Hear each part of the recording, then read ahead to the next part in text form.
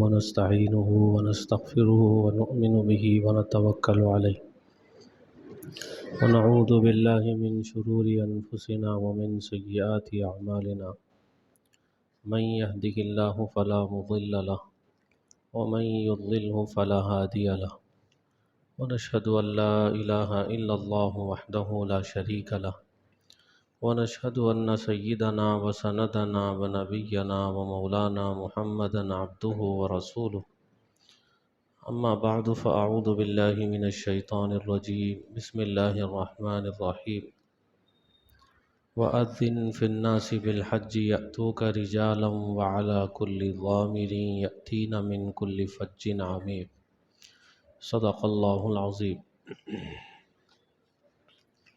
معزز سامعین کرام، عزیز ساتھیوں، بزرگوں، دوستوں، یہ جو مہینہ چل رہا ہے، حج کا مہینہ چل رہا ہے، بہت سے لوگ ایسے ہیں جو حج کے لیے جا رہے ہیں۔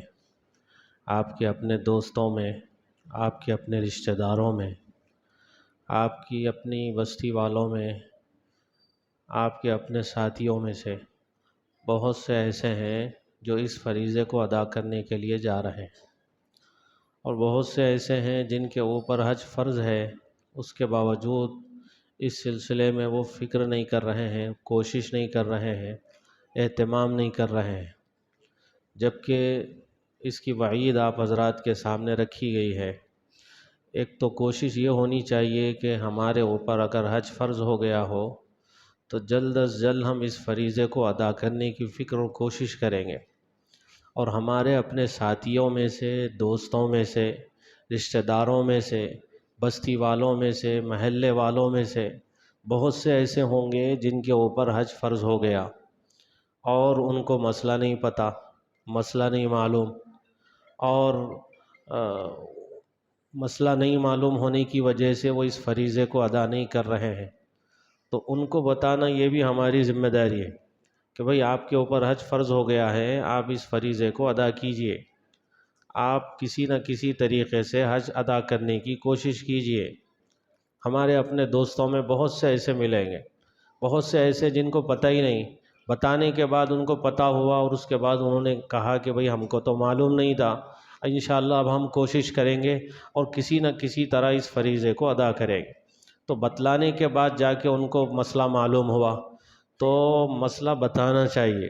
آپ کے اپنے دوستوں میں، آپ کے اپنے رشتہ داروں میں، آپ کے اپنے بستی والوں میں بہت سے ایسے ہوں گے جن کے اوپر حج فرض ہو گیا، وہ تفریح کے لیے ادھر ادھر تو جا رہے ہیں لیکن حج کے سلسلے میں فکر نہیں کر رہے ہیں، کوشش نہیں کر رہے ہیں۔ ان کو سمجھانا چاہیے کہ دیکھو، حج کا فریضہ ایک بہت اہم ترین فریضہ ہے، اس کو ادا کرنے کی تم فکر کرو اور کوشش کرو، اور ان کی تشکیل ہونی چاہیے، ان کو سمجھانا چاہیے، ان کو مسئلہ بتانا چاہیے۔ چونکہ جو ایمان والا ہوتا ہے اس کی مکۃ المکرمہ اور مدینۃ المنورہ سے جذباتی عقیدت ہوتی ہے اور لگاؤ ہوتا ہے۔ ہر ایمان والا یہ کوشش کرتا ہے کہ بھئی کسی نہ کسی طرح اس سرزمین پہ میں پہنچوں۔ مکۃ المکرمہ میں اگر اللہ تعالیٰ کا گھر ہے تو مدینہ منورہ میں نبی رحمت صلی اللہ علیہ وسلم کا روضہ ہے۔ مکۃ المکرمہ میں ایک نماز اگر حرم میں پڑھیں گے 1,00,000 کے برابر ثواب ملے گا، وہاں کی ایک نیکی 1,00,000 کے برابر ثواب رکھتی ہے، تو مدینہ منورہ میں ایک نماز پڑھیں گے 50,000 کا ثواب ملے گا، ایک نیکی 50,000 کے برابر ثواب رکھتی ہے۔ تو یہ فضیلت ہے دونوں جگہوں میں، یہاں پر یہ چیزیں ہیں تو یہاں پر یہ چیزیں ہیں۔ مکۃ المکرمہ میں نبی رحمت صلی اللہ علیہ وسلم کی پیدائش ہوئی ہے تو مدینہ منورہ آپ کا مسکن رہا ہے، ہجرت کے بعد آپ نے وہاں پہ زندگی کے آخری ایام گزارے ہیں، اور آپ کا روضہ مبارک بھی وہیں پہ ہے۔ اس وجہ سے ایمان والے کے دل میں تڑپ ہوتی ہے، ایمان والے کے دل میں جذبہ ہوتا ہے کہ میں اس سرزمین تک کسی نہ کسی طرح پہنچنے کی کوشش کروں گا۔ حضرت مولانا حسین احمد مدنی رحمۃ اللہ علیہ بہت بڑے عالم گزرے ہیں اور بہت بڑے اللہ والے گزرے ہیں، اور بہت بڑے محدث بھی وہ رہے ہیں، ہندوستان کی آزادی میں بھی انہوں نے بہت اہم کردار ادا کیا ہے۔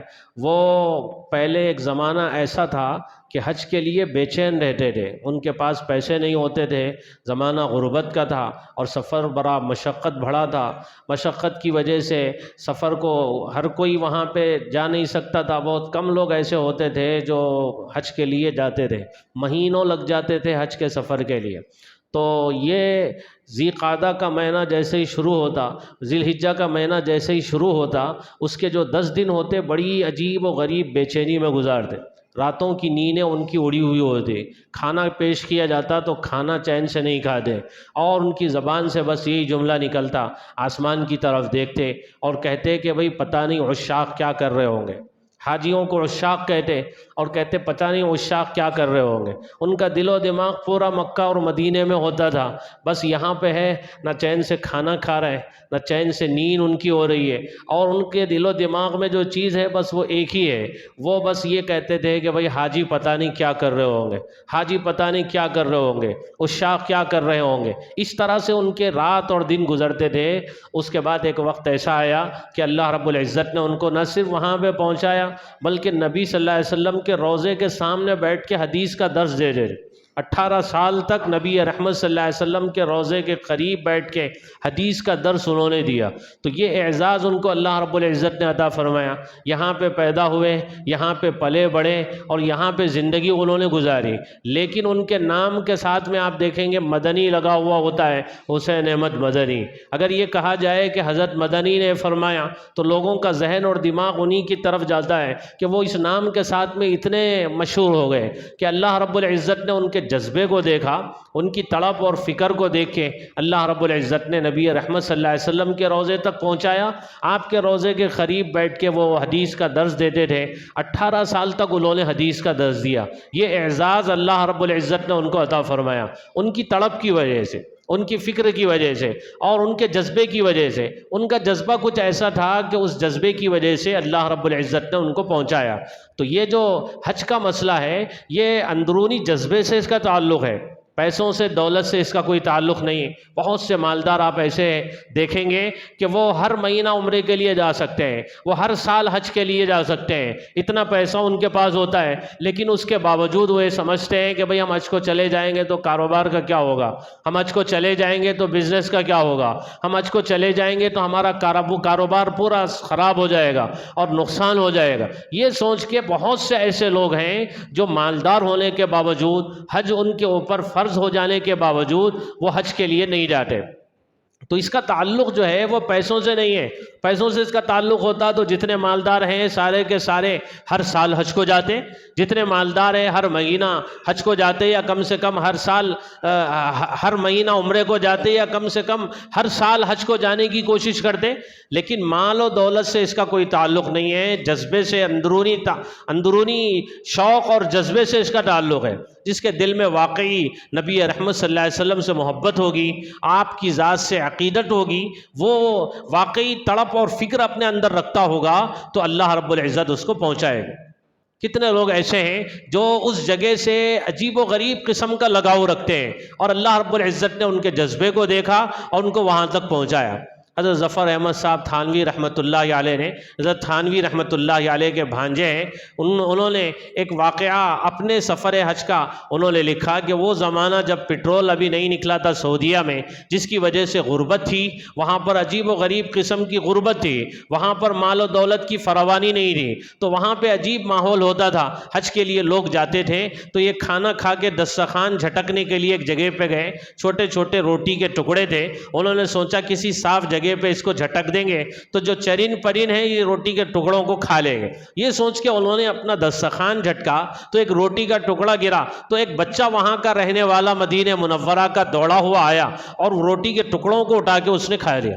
ان کی آنکھوں میں آنسو آ گئے کہ بھئی نبی صلی اللہ علیہ وسلم کے شہر کا رہنے والا یہ بچہ اتنا غریب کہ کھانے کو کھانا نہیں ہے، روٹی کے ٹکڑے دسترخوان سے جو جھٹکے جا رہے ہیں وہ روٹی کے ٹکڑے بچہ اٹھا کے کھا رہا ہے۔ تو اس بچے کو انہوں نے بلایا اور اپنے خیمے میں لے گئے اور اس کو لے جا کے پیٹ بھر کے کھانا کھلایا۔ اس کے بعد میں اس سے کہا کہ بیٹا تم اگر انڈیا چلنا چاہتے ہو، ہندوستان چلنا چاہتے ہو تو میں تم کو ہندوستان لے جاؤں گا۔ وہاں پہ میں تم کو پڑھاؤں گا، لکھاؤں گا، قابل بناؤں گا، پھر اس کے بعد میں لا کے یہاں پہ میں تم کو چھوڑ دوں گا، تم جاؤ جا کے اپنی والدہ سے اجازت لے کے آؤ، والدہ اگر تم کو اجازت دے دے گی تو پھر میں تم کو یہاں سے لے جانے کے لیے تیار ہوں، والدہ سے اجازت لے لو، والد سے اجازت لے لو۔ اس نے کہا کہ بھائی میرے والد تو نہیں ہے، صرف والدہ ہے، میں یتیم ہوں، والدہ سے اجازت لینے کے لیے جاتا ہوں، وہ اگر اجازت دے دے تو میں تمہارے ساتھ چلنے کو تیار ہوں۔ چھوٹا سا بچہ ہے، 7-8 سال کا بچہ ہے، والدہ سے اجازت لیتا ہے کہ بھائی ایک حج کے لیے ایک صاحب آئے ہوئے ہیں، وہ انڈیا کے رہنے والے ہیں، وہ یہ کہتے ہیں کہ میں ان کے ساتھ انڈیا چلوں، وہ مجھے کھلائیں گے، اچھی طریقے سے پڑھائیں گے اور قابل بنائیں گے، اس کے بعد لا کے پھر یہاں پہ وہ مجھے چھوڑ دیں گے۔ تو والدہ نے اجازت دے دی۔ غربت کا زمانہ تھا، بچے ان کے لیے بوجھ بنے ہوئے تھے، تو انہوں نے سوچا کہ بھائی چلو یہ چلا جائے گا، اس کی پڑھائی بھی ہو جائے گی اور کھانے پینے کا مسئلہ بھی حل ہو جائے گا، ایسی غربت تھی۔ والدہ نے کہا کہ بھائی ٹھیک ہے، اجازت ہے۔ والدہ سے اجازت لے کے بچہ خوشی خوشی آیا اور آ کے بچے نے حضرت سے پوچھا کہ کیا مجھے وہاں پہ انڈیا میں کھانے کے لیے چنے ملیں گے؟ تو کہا بھئی چنے ملیں گے بالکل۔ تو اس نے کہا کہ بھئی کیا کھجور ملیں گے؟ تو انہوں نے کہا بھئی کھجور بھی ملیں گے۔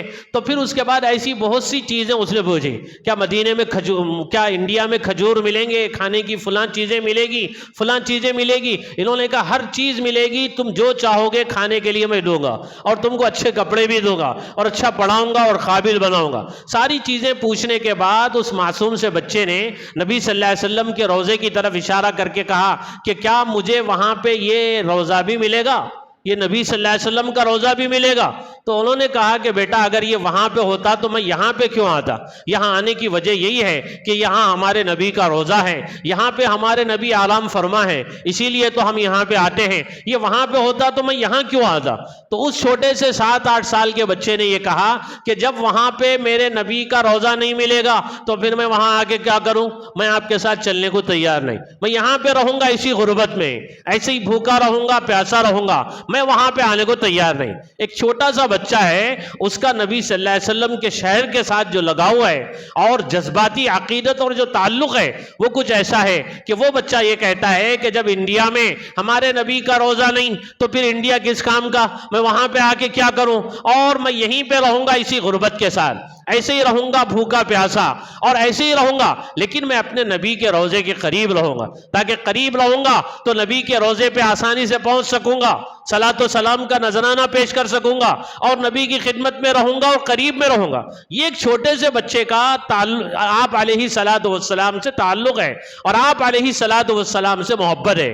تو ہر ایمان والے کو نبی رحمت صلی اللہ علیہ وسلم سے، آپ سے منسوب جتنی چیزیں ہیں ان ساری چیزوں سے، اور آپ علیہ الصلاۃ والسلام سے جتنی چیزیں تعلق رکھی ہیں ان ساری چیزوں سے ہر ایمان والے کو عقیدت ہوتی ہے، ہر ایمان والے کو محبت ہوتی ہے۔ اس لیے اللہ رب العزت نے جس کو مال دیا، دولت دیا، ان کو فکر اور کوشش کرنی چاہیے کہ بھئی یہ وہ جگہ ہے جس جگہ پہ ہمارے نبی آرام فرما ہے، اس جگہ پہ میں پہنچوں گا، آپ کی خدمت میں جاؤں گا اور قریب سے آپ کی خدمت میں جا کے صلاۃ و سلام کا نذرانہ پیش کروں گا اور مغفرت کی دعاؤں کی درخواست کروں گا اور شفاعت کی درخواست کروں گا۔ یہ موقع مجھے مل رہا ہے، یہ کتنی بڑی سعادت کی بات ہے، اس کے اوپر چاہے کتنے ہی پیسے خرچ کیوں نہ ہو جائے۔ جب اللہ نے دولت دی ہے، پیسہ دیا ہے، تو بیکار جگہوں پہ پیسہ خرچ کرنے کے بجائے، لگانے کے بجائے، اس سفر میں کسی کا پیسہ لگ جائے، اس سفر میں ہمارا قیمتی پیسہ صرف ہو جائے اور یہ سعادت ہم کو مل جائے، یہ موقع ہم کو مل جائے۔ وہ جگہ جس جگہ پہ آپ علیہ الصلاۃ والسلام نے زندگی گزاری، صحابہ کرام نے زندگی گزاری، اسلامی تاریخ جس سے وابستہ ہے، وہ جگہ پہ بندہ جائے اور ان یادوں کو تازہ کرے، نبی رحمت صلی اللہ علیہ وسلم کے دور کے ان واقعات کو ذہن میں دہرائے، ان ہجرت کے اس واقعے کو ذہن میں لائے، اور وہ جو غزوات ہوئے اور وہ جو جنگیں ہوئیں کافروں کے ساتھ، مشرکوں کے ساتھ، یہ ساری چیزوں کو ذہن میں لائے، اس تاریخ کو ذہن میں لائے اور اس سرزمین پہ قدم رکھے، جیسا کہ پہنچنے والے اس حال میں وہاں پہ پہنچے ہیں کہ اپنے پیروں سے جوتیوں کو انہوں نے نکال لیا۔ حضرت نانوتوی رحمت اللہ علیہ اس جگہ، اس علاقے میں سفر جو ہوتا تھا سمندری جہازوں کے ذریعے ہوتا تھا پہلے زمانے میں، اس کے بعد اونٹوں کے ذریعے سے سفر ہوتا تھا، ریگستانی علاقہ ہوتا تھا، پتھریلا علاقہ ہوتا تھا، آپ نے اپنے پاؤں سے جوتے اتار دیے۔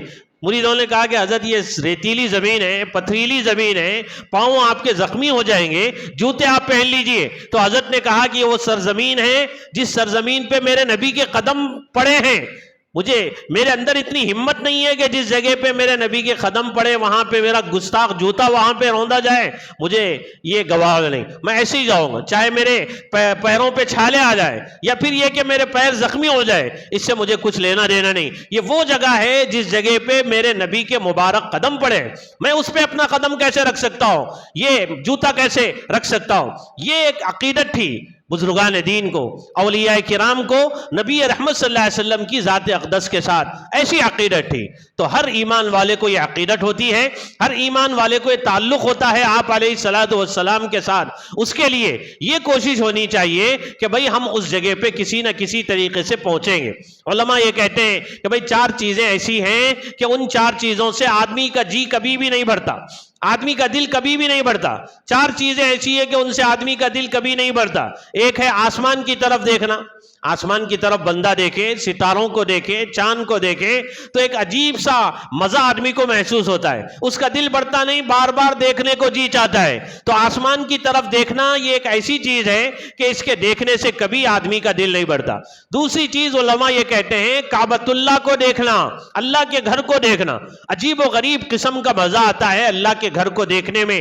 دیکھنے والا چاہتا ہے کہ بس دیکھتے رہ جائے، دیکھتے رہ جائے۔ کتنے ایسے لوگ ہوتے ہیں اللہ والے، اللہ کے نیک بندے، بس کعبۃ اللہ کے سامنے بیٹھے ہوئے ہیں اور ٹکٹکی باندھے ہوئے کعبۃ اللہ کو دیکھ رہے ہیں۔ اس کو دیکھنا بھی عبادت ہے، دیکھنا بھی ثواب ہے، اور دیکھنے کا جو مزہ ہے وہ دیکھنے والوں سے پوچھیے کہ بھئی عجیب سا مزہ ہے۔ جو جا کے آتے ہیں وہ یہ کہتے ہیں کہ بھئی ہم بار بار جائیں گے، بار بار جائیں گے۔ طلب ہوتی ہے، فکر ہوتی ہے، بہت سے روتے ہیں تنہائیوں میں، دعائیں کرتے ہیں تنہائیوں میں کہ کسی طریقے سے ہم اس جگہ پہ پہنچیں گے۔ کعبۃ اللہ کا دیدار، اس کو دیکھنا یہ ایک ایسی عبادت ہے کہ بندے کا جی کبھی بھرتا ہی نہیں ہے، دیکھتا جائے، جی بھرنے کا نام ہی نہیں لیتا۔ اسی طرح پانی پینا، تیسری چیز یہ بتائیے، پانی پیے، گرمیوں کے موسم میں ٹھنڈا پانی آدمی پیے، 1 دفعہ پیے گا، 2 دفعہ پیے گا، صبح سے شام تک پیتا رہے گا، کبھی یہ نہیں سوچے گا بھئی اتنا پانی میں نے پی لیا ہے، اب پانی پینے کیا ضرورت ہے، جی میرا بھر گیا ہے اب چھوڑو پانی نہیں پیتے ہیں۔ ایسا نہیں ہوتا ہے، پانی پیتا جاتا ہے، بار بار پیتا جاتا ہے، ہر بار اس کو ایک نیا مزہ محسوس ہوتا چلا جاتا ہے۔ تو یہ پانی پینے کا بھی ایک ایسا مزہ ہے کہ آدمی کا جی اس سے بڑھتا رہے۔ چوتھی چیز علماء یہ کہتے ہیں قرآن کریم کی تلاوت۔ قرآن کریم کی تلاوت بندہ کرتا ہے، اس تلاوت سے اس کا کبھی جی نہیں بھرتا۔ ایک قرآن مکمل ہوتا ہے، دوسرا قرآن شروع کرتا ہے، دوسرا مکمل ہوتا ہے، تیسرا قرآن شروع کرتا ہے، پڑھتا جاتا ہے، ایک رکوع کے بعد دوسرا، دوسرے کے بعد تیسرا، تیسرے کے بعد چوتھا، پھر پورا پارا ختم ہوتا ہے، پھر دوسرا پارا شروع ہوتا ہے، پھر تیسرا پارا شروع ہوتا ہے۔ قرآنوں پہ قرآن ختم ہوتی جاتی ہیں۔ قرآن کریم کی تلاوت کا جو مزہ ہے، تلاوت کرنے والوں سے پوچھئے کہ وہ پڑھتے جاتے ہیں، مزہ آتا جاتا ہے، جی کبھی بھرتا نہیں ہے، دل کبھی بھرتا نہیں ہے۔ تو یہ چیزیں ایسی ہیں کہ ان سے کبھی جی بھرنے والا نہیں ہے۔ اس میں سے اللہ کے گھر کو دیکھنا، اللہ کے گھر کو دیکھنے کا جو مزہ ہے، آدمی کا جی کبھی اس سے بھرتا نہیں ہے۔ اس لیے یہ جو لوگ حج کے لیے جا رہے ہیں، ان سے اللہ کے نبی نے جو بات بتائی درخواست کرنے کی، وہ مغفرت کی درخواست کرنے کی بات آپ نے بیان فرمائی کہ عرفات کے میدان میں نبی رحمت صلی اللہ علیہ وسلم نے جو دعا مانگی، وہ یہ دعا مانگی کہ اللہ حاجی کی مغفرت فرما، اور حاجی جس کی مغفرت کی دعا کرے اس کی بھی مغفرت فرما۔ حاجی کی مغفرت فرما، اور حاجی جس کی مغفرت کی دعا کرے اس کی بھی مغفرت فرما۔